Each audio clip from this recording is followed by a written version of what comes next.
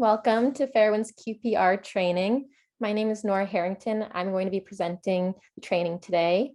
QPR stands for Question, Persuade, Refer. It's a suicide prevention training, and it is a gatekeeper training, which means that it is for everyone. You don't have to be a clinician to help and support those you love. So I'm going to share my screen now and we can get started on the training today. I'm a therapeutic mentor and the clinical assistant at Fairwinds. And as I said, this is a question, persuade, refer training that we're presenting today. So before we get started, we just want to recognize the importance of self-care. Suicide and suicide prevention is a relatively sensitive topic. It can be triggering to folks. So we just want to stress the importance of self-care during this week, today, ongoing, and just give yourself a little bit of extra support during this time. We also want to know that it's okay to step away from today's training.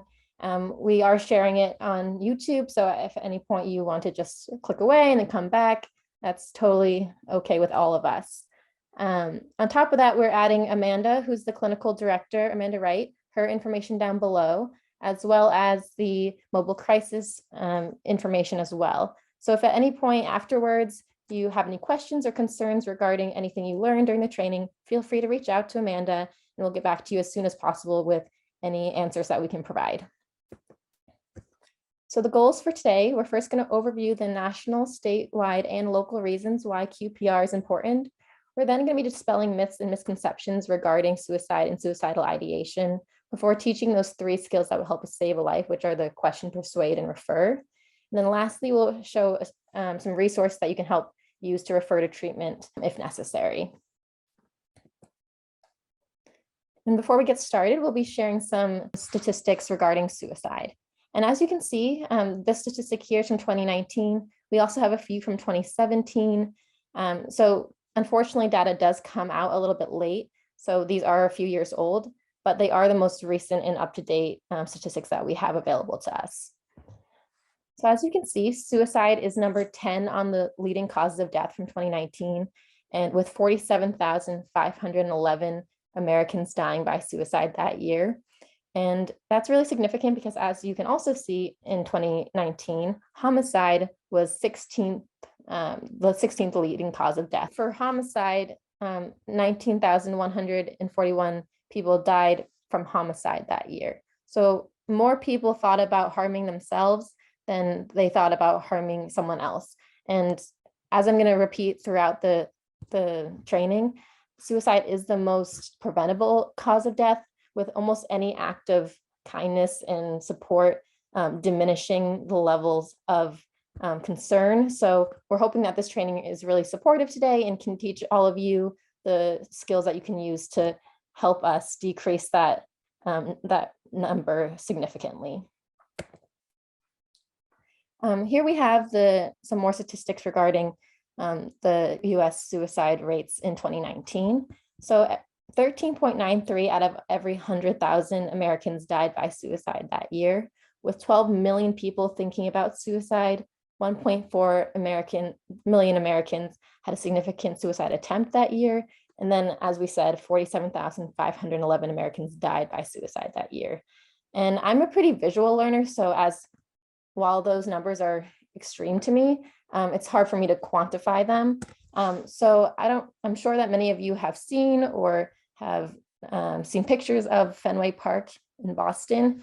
And Fenway Park can seat just over 37,000 people. So more people died by suicide in 2019 than could fit every single seat in Fenway Park and have a line out the door on a playoff game. And that number is just far too high. And we really are here today so that we can dispel some of those myths and really support people and decrease that number.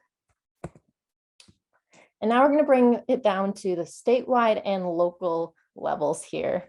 And local meaning here on Nantucket. I'm sure that many of you are tuning in from elsewhere, but Fairwinds is located on Nantucket. So when I'm speaking about local reasons, I'm talking about Nantucket specifically. So as you can see, in Massachusetts, we have this bell curve of suicides by sex and age in 2017, with this middle-aged men having the largest number. of suicides that year. And we try to break that number up into both sex and age and give some reasons why for both. You might see that increase. And bringing it down to local reasons, or on the island, we've had a few suicide clusters in the last decade, and one around 2015 was this middle-aged men in the trades. So that really correlates strongly with the numbers you're seeing here. So locally, we have the same kind of bell curve as the state. So when we think of sex for men, we try to think of how, as I try to talk about, I think this is changing in our society, but traditionally men are often taught to hide their feelings. They're taught not to seek help when they're struggling, and they have to be manly, and they have to hold in any crisis that they're feeling. And then for age, there's a lot of change that are happening in middle age. So you might have a family, and you might have kids who might be going off to college. So there's people leaving the house. A big thing is retirement might be on the way. So that includes the loss of income potentially. And also, when we bring it back to the local reasons for the trades, this middle-aged group in the trades, on the island, a lot of times people who start in the trades, they start right after high school, and they're doing this job for their entire lives. So this is their job, not only with the trades, but most people's jobs is a huge sense of their identity. It's a big piece of who they are. And so when you're thinking about retirement, you're losing that sense of identity. And then when you consider that for the trades, oftentimes it's a really hard, grueling work. It's very labor intensive. And so you're doing a lot of heavy lifting and a lot of physical activity. So it might not be that you want to retire at this time, but that your body is breaking down and it's unable to continue this work. So you're being forced into retirement. So now it's not that you are potentially unknowingly and acceptingly losing this part of your identity, but it's a piece of you that has to be lost if you want to continue on. So there's a lot of senses of crisis that are going on in you, and that can lead to someone considering suicide if they don't have those skills, especially with men, as we just discussed, those skills to seek help and understand how they're feeling and be able to express those emotions and ask for help from their loved ones. And then we have the suicide rates by race and ethnicity, which we're going to touch upon lightly. This is between 2007 and 2017. As you can see in that decade, most of the rates are going at a slight increase. The one we really want to note is between 2016 and 2017, this Hispanic population has a relatively sharp increase comparatively to the rest. And that's important to recognize on Nantucket specifically, because we have a huge Latin American and Hispanic population here. So we just want to be extra considerate and cognizant of our neighbors, loved ones, friends who are of that population, and be considerate of how they might be handling different situations when we are communicating and engaging with them. Next, we begin showing this video of Kevin Hines. Kevin Hines is a survivor of jumping off the Golden Gate Bridge.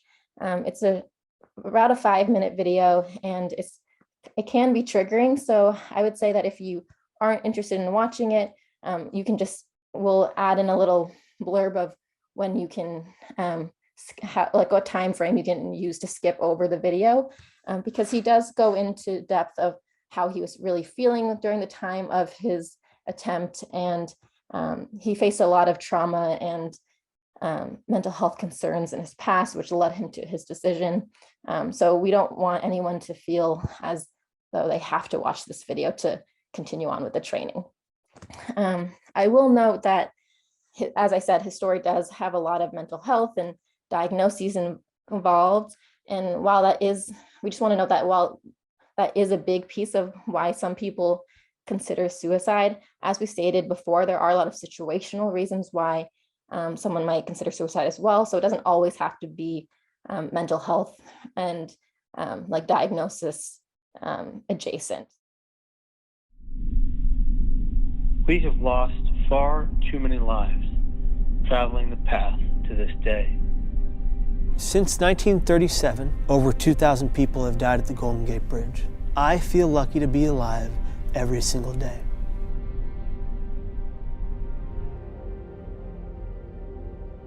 Of the thousands that have died off the Golden Gate Bridge, I am of the 1% who have survived.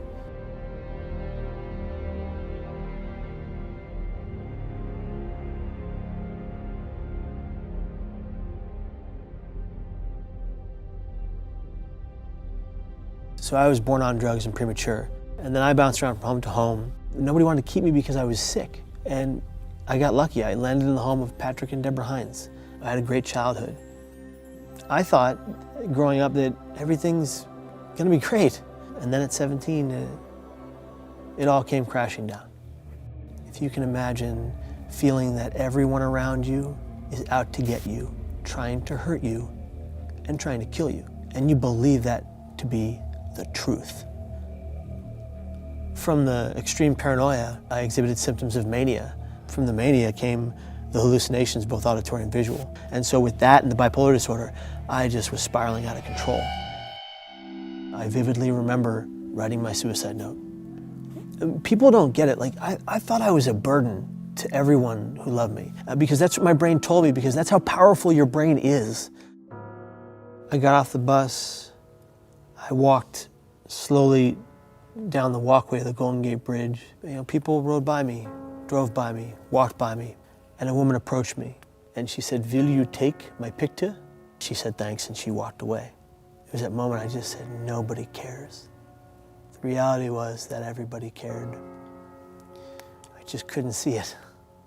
I ran forward and using my two hands, I catapulted myself into free fall. What I'm about to say is the exact same thing that 19 Golden Gate Bridge jump survivors have also said. The millisecond my hands left the rail, it was an instant regret. And I remember thinking, no one's gonna know that I didn't want to die. In 4 seconds I fell 75 miles an hour, 25 stories, and I hit the water. I was in the most physical pain I had ever experienced. I have ever experienced. The Coast Guard was amazing. He was just so freaked out that I was alive that he just dove in and brought me on board. The guy said, "Do you know how many people we pull out of this water that are already dead?" And I said, "No, and I don't want to know." The guy put his hand on my forehead, said, "Kid, you're a miracle." My father took one step into the hospital room, and I looked up at him and I said, "Dad, I'm sorry." And he said, "No, Kevin, I'm sorry." And if you think about it, both of our immediate reactions were guilt. Guilt that didn't belong to either of us. And even though I didn't die, I caused people a great deal of grief and pain. Just the day of my attempt still sits within them today. I asked my father if he still feared my death by suicide. He said every time the phone goes off, his first inclination is Kevin alive. I had that impact on my dad. So after the jump, the road to recovery was pretty long. I had 7 psych ward stays in the next 11 years. I still have all the symptoms I ever had. Mania, depression, psychosis, hallucinations, all that's still there. I just know how to cope with it and I know how to beat it. I built a support network over these years of treatment so that I wouldn't be fighting this alone. So like, it's okay not to be okay. It's not okay not to ask for someone to back you up. To the families who live with the loss or losses of loved ones, they didn't do that to hurt you or destroy your life. They took their lives because they were struggling and in a great deal of emotional and mental pain. Suicide, mental illness, and addiction are the only diseases that we blame the person for perpetually. But people die from suicide just like they die from any other organ diseased. Today, no matter the pain I'm in, no matter the struggles I experience, I do believe that life is the greatest gift we've ever been given. And if you're suffering mentally, don't wait like I did, sitting in denial for so long. Because recovery happens. I'm living proof.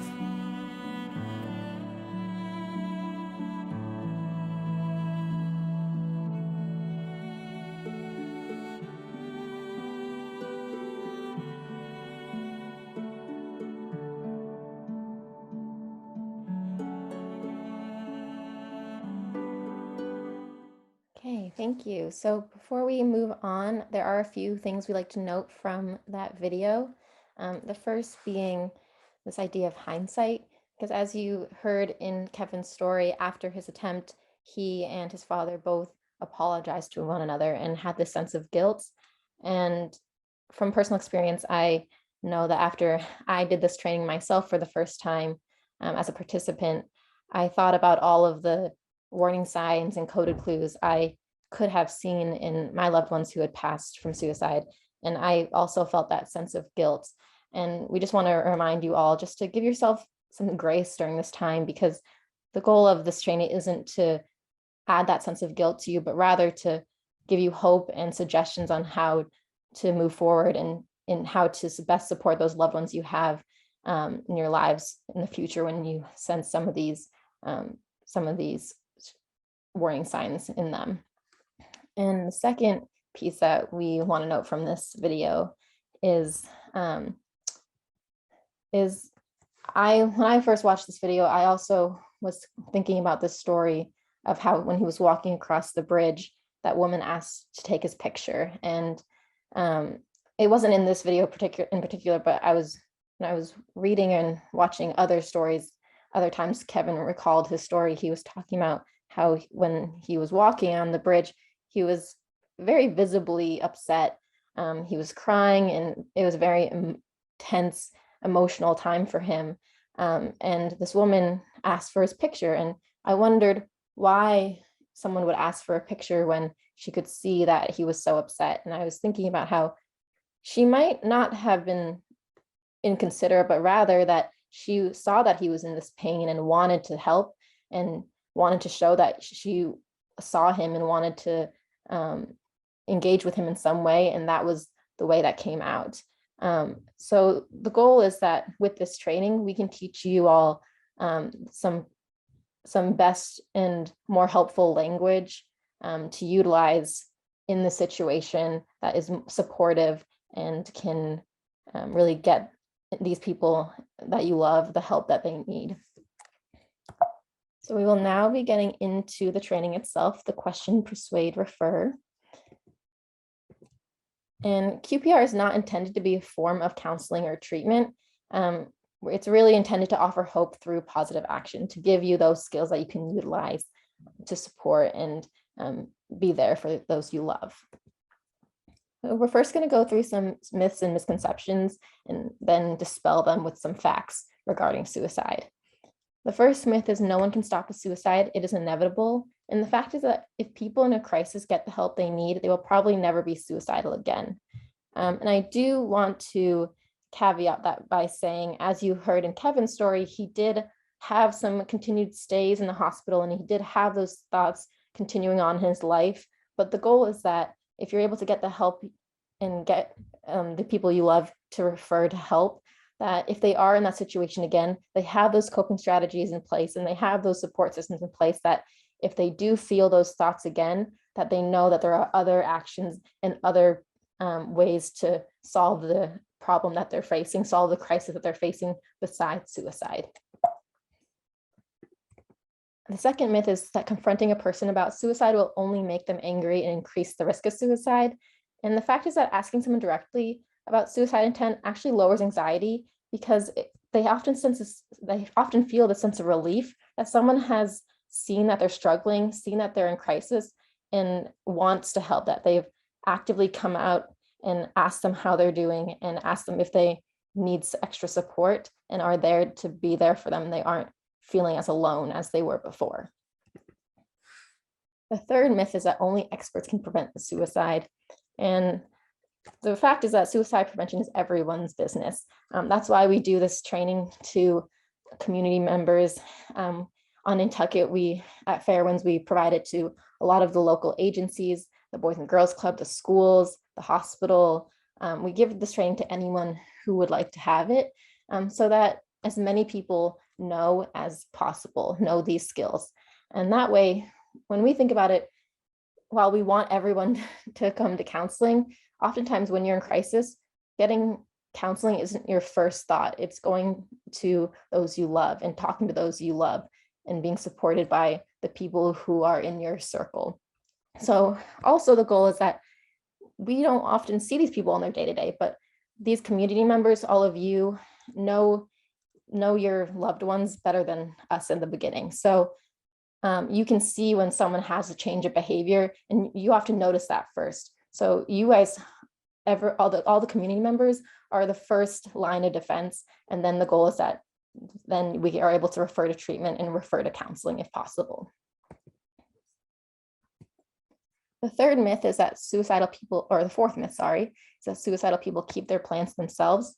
And the fact is that oftentimes suicidal people communicate their intent sometime a week preceding their attempt. And we do want to note that oftentimes the real fact is that within the week preceding, it's more of a direct statement that they're considering suicide. And within at least the month leading up to an attempt, they give more coded clues and warning signs that they're considering suicide. And a little bit further on in the training, we will discuss some of those real coded clues and warning signs to look for. The next myth is that those who talk about suicide don't do it. And that really is just not the mentality we want to have. We want to be very proactive and preventative in suicide. And we want to consider that any warning sign, any verbal clue as well, they are serious, and that someone who is speaking about it might be considering it. And the last myth we want to talk about is that once a person decides to attempt suicide, there's nothing anyone can do to stop them. And as I said before, suicide is the most preventable kind of death, with almost any positive action maybe saving a life. And this isn't Kevin's story, but I was also watching other stories, and there was this one story that really stood out to me where this woman was talking about how she was on her way to her attempt. She was walking down the street and she was going to enact her plan. And one of her neighbors just came out and said, "Hey, how are you doing?" and started this conversation with her. And for her, that act of someone coming and just saying hi and wanting to engage with her stopped her that day from enacting her plan, and realized that people cared about her and wanted to be a part of her life. So now we want to see how can I help? First, we ask the question. And so we're going to go over some suicide clues and warning signs. And the more clues and warning signs observed, the greater the risk of someone considering and enacting a suicide attempt. But please, we want to take all signs seriously, even if it's just one or two. So here's some direct verbal clues that someone's considering suicide. I've decided to kill myself. I wish I were dead. I'm going to commit suicide. I'm going to end it all. And if such and such doesn't happen, I'll kill myself. And we do want to just be very considerate and say that these are all direct statements that we have heard from people who have attempted suicide. So they are quotes. But looking at this third one where it says, "I'm going to commit suicide," as support systems and but as people who are helping those who are considering suicide, we really don't like the language commit, because commit is often connected with committing a crime, doing something wrong, and it's very judgmental. And that's not how we want to support someone. We want to be very caring and empathetic. So when we're in the supportive role, we really want to say died by suicide rather than committed suicide. And here's some more indirect verbal clues. And these are ones that I say, if you don't know that they're warning signs, you might really just think of them as someone's having a stressful day. They're just spurring off something at the end of a long night out of just stress in the moment, but they are clues. And especially if you see these clues along with some of those situational clues we're going to go over, or behavioral clues we're going to go over, we want to really be we want to stress that they are actually signs of suicide. So, "I'm tired of life. I just can't go on. My family would be better off without me. Who cares if I'm dead anyway? I just want out. I won't be around much longer, and pretty soon you won't have to worry about me." And then now we're going to go into some behavioral clues. So any previous suicide attempt, acquiring a gun or stockpiling pills, co-occurring depression, moodiness, hopelessness, putting personal affairs in order, giving away prized possessions, sudden interest or disinterest in religion, drug or alcohol abuse, or relapse after a period of recovery, And lastly, unexplained anger, aggression, and irritability. A few that we try to note at Fairwinds. The first is the giving away prized possessions and the put personal affairs in order. These are ones that you often see with older individuals who are considering suicide. And that's just important to recognize because when you're doing this, when someone's doing this, you might think if they're older that they're just getting ready for their natural progression of life. And they're getting ready for just being preventative and preparing ahead of time. But the reality is that if you see these signs, especially along with some other signs, they are signs of suicide, and you want to just note that that they might not be preparing for the natural progression, and it might be a more immediate crisis that they're in. Another behavioral clue we want to note is the sudden interest or disinterest in religion, because it really can go either way. We've seen people who have never been interested in religion in their lives, and suddenly they have attached to some kind of religion or spirituality. We kind of try to associate that with the idea that oftentimes religion has places that are better off afterwards, like heaven or nirvana, and people are thinking those places sound better than where I am right now. And so they really get interested and attached to religion. And on the other end, someone who's been religious their whole lives might suddenly just dispel and just disassociate from their religion that they've been connected with. And you think of that because oftentimes also on the flip side, religion also is often associated, like suicide's connected with that it's a mortal sin, that you'll go to hell if you die by suicide. And so people who are religious don't want to be connected with that. And so they dispel that and they disconnect. Lastly, we want to know this idea of unexplained anger, aggression, and irritability, because oftentimes in media and in film and you see the idea of suicide and suicidal ideation connected with depression, hopelessness, and those are real symptoms as seen in the previous slide here. But really it can be, we've seen people who are just really angry and aggressive before they die by suicide, or they're really euphoric and they have this lapse of sadness before they attempt suicide, and they're really euphoric and really happy, and they have this really intense positive energy before they pass. And so what you're really looking for is this switch, this really quick switch in emotion or in really intense feelings rather than a specific emotion. And lastly, we have some situational clues to look out for. So one being fired or expelled from school, a recent unwanted move, loss of any major relationship, death of a spouse, child, or best friend, especially by suicide, but that's not always the case. Diagnosis of a serious or terminal illness, sudden unexpected loss of freedom, fear of punishment, anticipated loss of financial security, loss of a cherished therapist, counselor, or teacher, or fear of becoming a burden to others. So we do want to note, especially on Nantucket, there's a lot of housing insecurity here. There's a lot of housing insecurity right now in most places, but on Nantucket specifically, there is this thing called the summer shuffle, where in the summer people might move more often than not, but that really on the island lasts a year round. People can be moving 4 to 5 times in a year sometimes, and that can really cause this sense of instability in someone's life, that they never know how long they're going to be somewhere. They have this sense of insecurity of what's next, and that can send someone to a sense of crisis. So that's something to look out for.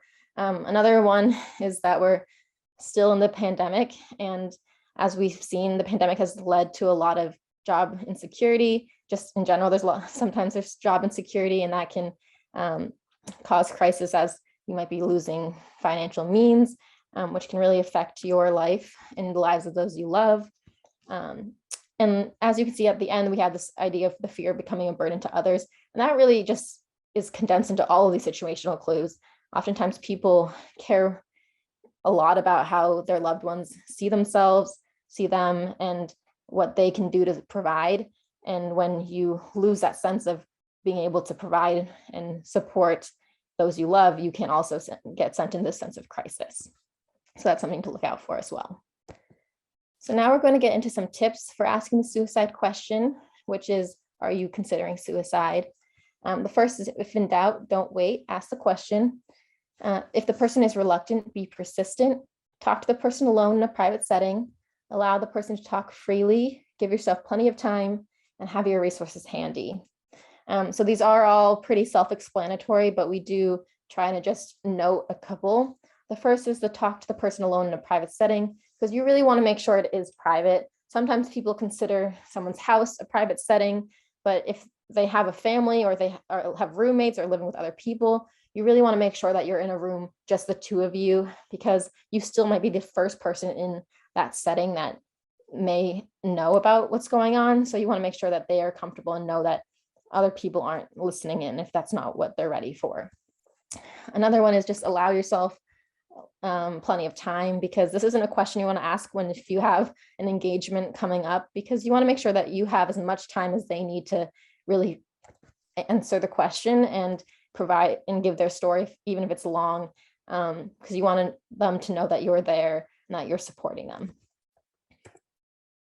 And remember, how you ask the question is less important than that you ask it. So in a few slides, I will note a couple ways that you really don't want to ask the question, but besides those, really any way that you're comfortable asking is okay.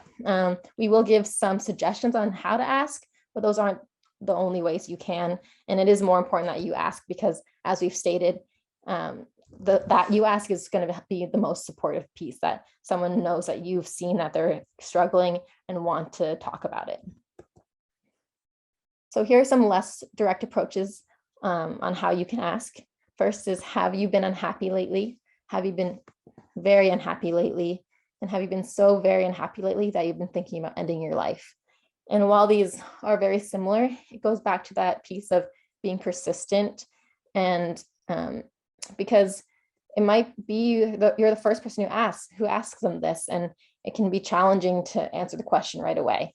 So I often give my example of my friend Sally, and I'm going to go through how I might talk to Sally about this using a persistence. So I might be talking to my friend Sally, having dinner with her, and I've noticed lately some of those warning signs and clues that she might be thinking about suicide. So I'm having this talk with her, and I might say, hey, Sally, I've noticed you've been having a rough time lately. I'm wondering, have you been unhappy? And she might say, you know what, Nora, it's been a hard time, but it's okay. Everyone's having a hard time right now, and just be a little bit flippant. And then you want to be persistent, and you ask again, I'm sorry to hear that, Sally. I'm wondering if you've been very unhappy lately. And that gives her time to think about it a little bit more, know that you really want to know, really want to hear a real answer if she's willing to provide it. And she might think about it a minute and say, yeah, I mean, I guess it's been a really hard time. My husband was laid off of his job, so I'm the only one who is bringing the money right now. And my kids' after school activities have all fallen through, so I have to juggle childcare as well as doing my job. And I guess it's been harder than I thought it would be during this time. I wasn't really prepared for everything that's going on right now. And then you ask again, and you say, I'm so sorry to hear that, Sally. It seems like you're going through a lot right now. And I know that sometimes people who are struggling that much and have so much to go through, they sometimes consider suicide. And I'm wondering if you're thinking about that as well. And that gives her the opportunity to really think about it. And this might be the first time that Sally's thought about what the struggle she's facing in the terms of something like that. She might be thinking it, but really this might be the first time that she's been asked, are you thinking about suicide? And this really gives her the opportunity to be like, Nora really wants to know. And so she might say, yeah, Nora, you know what? I guess I have been thinking about suicide. And that's when you can then do the referring and the persuading. But also, just on the flip side, if the answer is no, that's okay. As I'll state in a little bit, you're never really putting the idea of suicide in someone's head. If they've been thinking about suicide, they've been thinking about suicide. And if they haven't, they're going to say, no, you know what, Nora, I haven't. And if you ask 3 times, they're just might get a little bit annoyed, but it's better to be preventative and really ask and give them the opportunity, if the answer is yes, to respond yes, than to only ask once because you're unsure, and then have them really be considering it and not feeling comfortable right away to respond. And so the last one here is, do you ever wish you could go to sleep and never wake up? And this is one that we often see work well, though this verbiage often works well with teens and adolescents. Sometimes they don't connect as much with the clinical words of suicide or depression, but they can relate a lot to the idea of going to sleep and not waking up and not having to deal with their problems ever again. So this is a less direct way that you can ask them. And here's some more direct approaches. So when people are upset as you seem to be, they sometimes wish they were dead. I'm wondering if you're feeling that way too. And are you thinking about killing yourself? And as I said before, I just want to reiterate that these are just examples of how you can ask. You can change up the words as much as you want to make sure that you're comfortable, because if you're comfortable, they're also going to sense that and be more comfortable responding. And note, if you cannot ask the question, find someone who can. This is a 45-minute training or so. So we understand that it's not going to make everyone comfortable asking the question. But the goal is that if you aren't comfortable, at least you know those warning signs, those coded clues to look out for in your loved ones. And so if you see some of these warning signs, you're able to find someone who can ask the question, who's comfortable asking the question, and they can ask, and so that they can still get the help they need. And as I said, there are a few ways we do not want to ask the suicide question of, are you thinking about killing yourself? The first is, you're not thinking about killing yourself, are you? You wouldn't do anything stupid, would you? And suicide is a dumb idea. Surely you're not thinking about suicide. So there are 2 main reasons why these aren't ideal ways to ask. The first is that they're all pretty judgmental. They're saying suicide's stupid, you're not going to do that, suicide's dumb. So it's putting in the idea that you think that this is a bad choice. And when you say it like that, it's hard for someone to want to respond yes, because you're kind of blaming them. It's very, as I said, judgmental. And when someone's feeling judged, they're less likely to open up and want to respond with that they are considering it. And the second one is that when you're saying you're not thinking about doing it or you wouldn't do it, you're giving the idea that you want the answer to be no. And that sometimes comes from the idea that you might have this fear that you're scared that your loved one is considering it. But that often can relay to the individual. And as I said before, sometimes a big concern is being a burden to others. And if someone is sensing that you want the answer to be no, and that you're scared that they might be considering it, they're not going to want to burden you by adding to your fear if the answer is yes. So they're going to be like, oh, I'm not thinking about about suicide. So you really want to be as open as possible and say, are you thinking about suicide? And show them that you are willing to hear them, even if the answer is yes, and you're willing to work and support them, even if the answer is yes. So after we question, we want to persuade. So here are some ways to persuade someone to stay alive. First, listen to the problem and give them your full attention. Remember, suicide is not the problem, only the solution to a perceived insoluble problem. Do not rush to judgment and offer hope in any form. And then we want to ask, will you go with me to get help? Will you let me help you get help? And will you promise me not to kill yourself until we found some help? Something to see here is this third one. Will you promise me not to kill yourself until we found some help? This is really only to be used if you're not directly with the person, which is more often the case now with technology and with the pandemic and such, that oftentimes you're not with someone and you're talking with someone over FaceTime or Zoom or some other platform over a phone call. So it can be used more often than it was before. But the idea is that you want to be like, hey, Sally, I'm so sorry I'm not with you right now, but I can get to you in an hour, 2 hours, half an hour? Can you please promise me you're not going to kill yourself in that time? And once I get to you, we're really going to work to get you the help that you need, get you the support that you need. And hopefully you have that connection with the person that they'll want to do that. They'll want to give you that at least that hour that you can use to get there. And if you're having this conversation from across the country, hopefully you know someone in their circle who's more nearby, and you can be like, I'm sorry, I'm not here. Can you please promise me not to kill yourself? Is it okay if I call so-and-so? And we can talk to them and let them know what's going on. And that way they can get to you, and we can all really problem solve on how we can support you during this time. So your willingness to listen and help can rekindle hope and make all the difference. So after we persuade, we want to refer. So suicidal people often believe they cannot be helped, so you might have to do more. The best referral involves taking the person directly to someone who can help. The second best is getting a commitment from them to accept help and then make arrangements to get that help. And the third best referral is to give referral information and try to get a good faith commitment not to attempt suicide.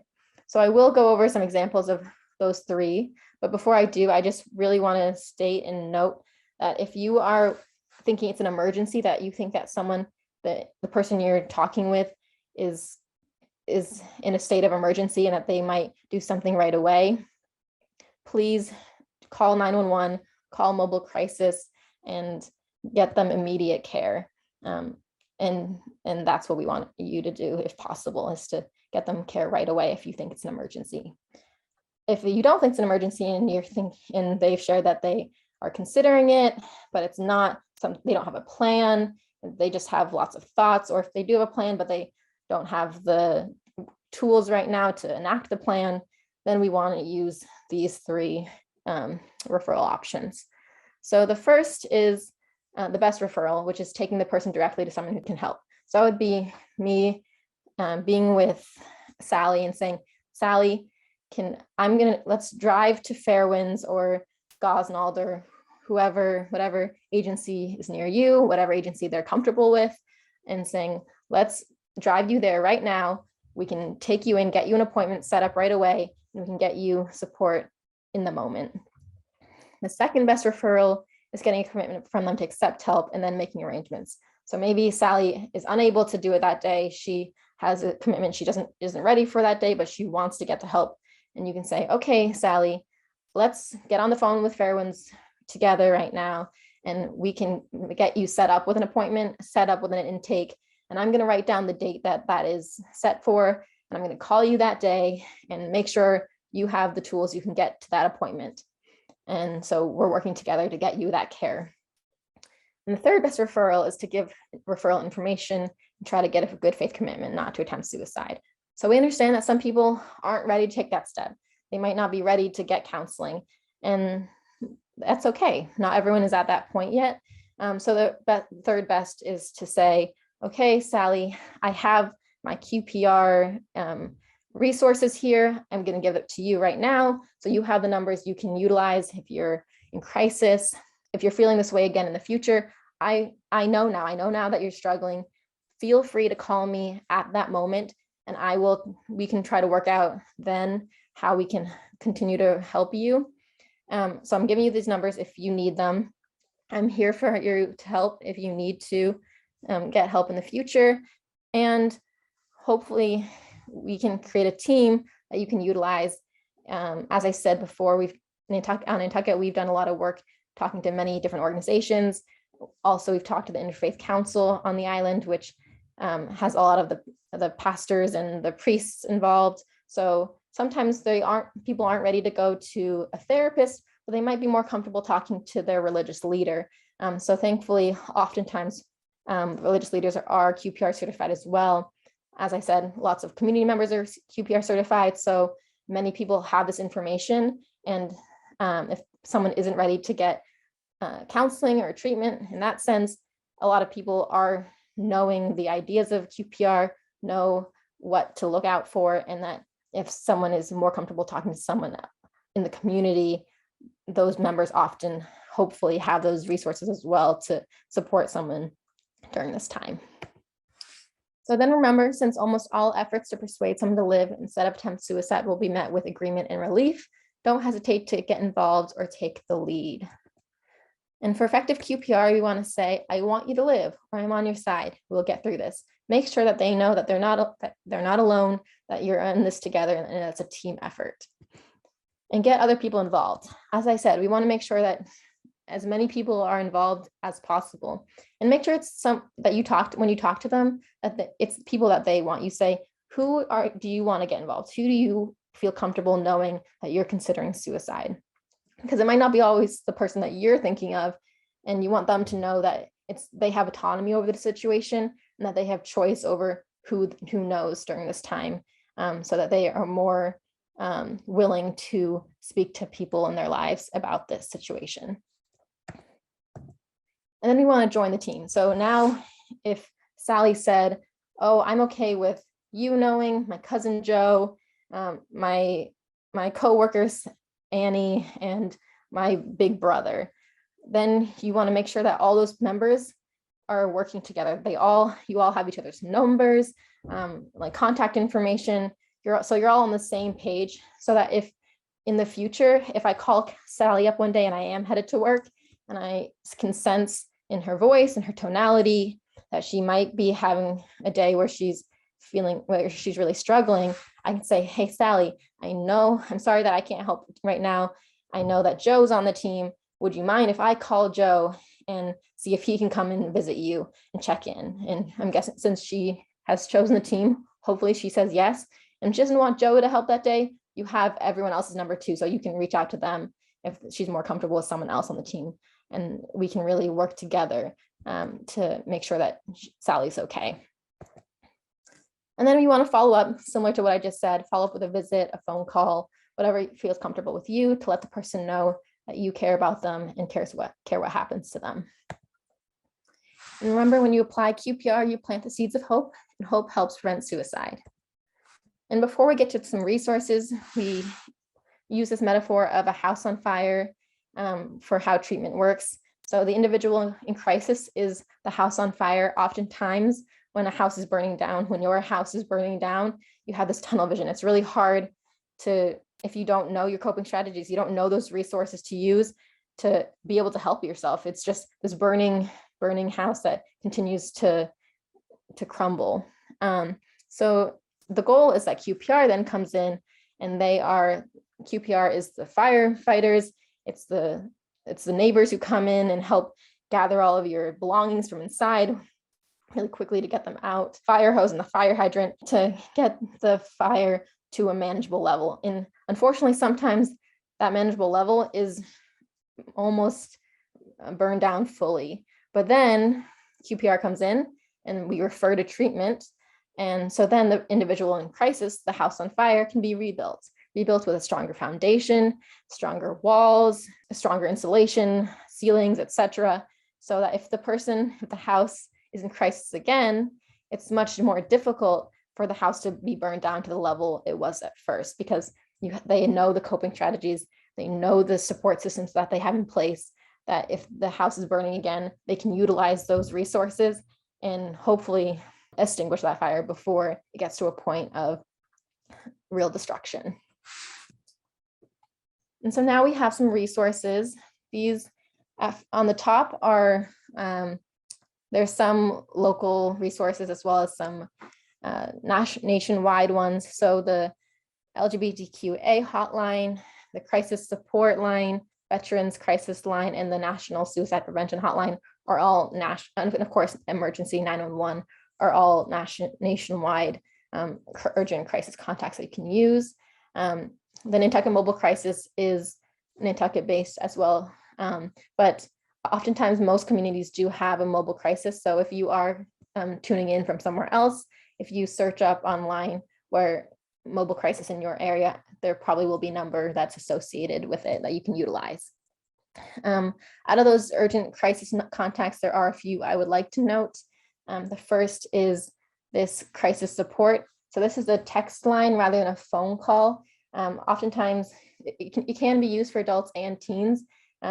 We do sometimes suggest that if you're working with a teen who is considering suicide, you can point out this number, because we've noticed that sometimes teens and adolescents feel more comfortable texting rather than being on the phone with someone. So they can just type the word BRAVE to 741-741, and then someone, a professional on the other line, will take over the conversation and really support someone who might be struggling.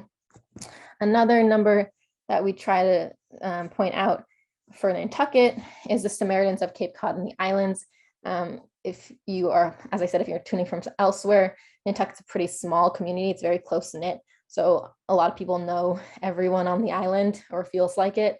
So sometimes people on the island don't want to utilize UBHC, utilize mobile crisis, because they're concerned that the person who's supporting them they'll see them at the grocery store the next day. And while these are all HIPAA compliant and confidential numbers, it's still sometimes awkward when you see someone you've talked to in the past. So Samaritans of Cape Cod is a great resource for islanders because they're located on the Cape. So they know a lot of the struggles and challenges that islanders face, but there is less of that fear of seeing the person you've been on the phone with in the next few weeks after your call. And then we have a mobile crisis number. And mobile crisis is great because if someone's struggling, you can reach out to them and they'll meet you at your house, in the community, at the school, at anywhere in the community, and they can meet you in real time, hopefully, and give someone a wellness check and really support them and give them the resources that they can utilize moving forward. And these other services, we have Fairwinds Free Urgent Behavioral Health Clinic. So Fairwinds offers Monday through Friday, a same day free appointment from 5 to 6 p.m. You can call at any time during the day, and we can get you in for a free appointment later that day. Another great resource is a safe place. A safe place is on the island, and it specializes in sexual assault survivors and domestic violence survivors. So sometimes people like to use them because they have that specialization in that field. So if they're struggling with something like that, they know that they have those resources available to them. So those are some of our resources. You can take a picture of it. I would suggest having these on hand. So if you are talking with someone, as I said, you can hand these resources right to them so that the person struggling has these numbers for when they might need them. And that is the end of our training today. Thank you all for tuning in. And as I said, please reach out to any of our contacts if you have any questions or concerns, and we'll get back to you as soon as possible with answers and suggestions. So I hope you have a great rest of your day.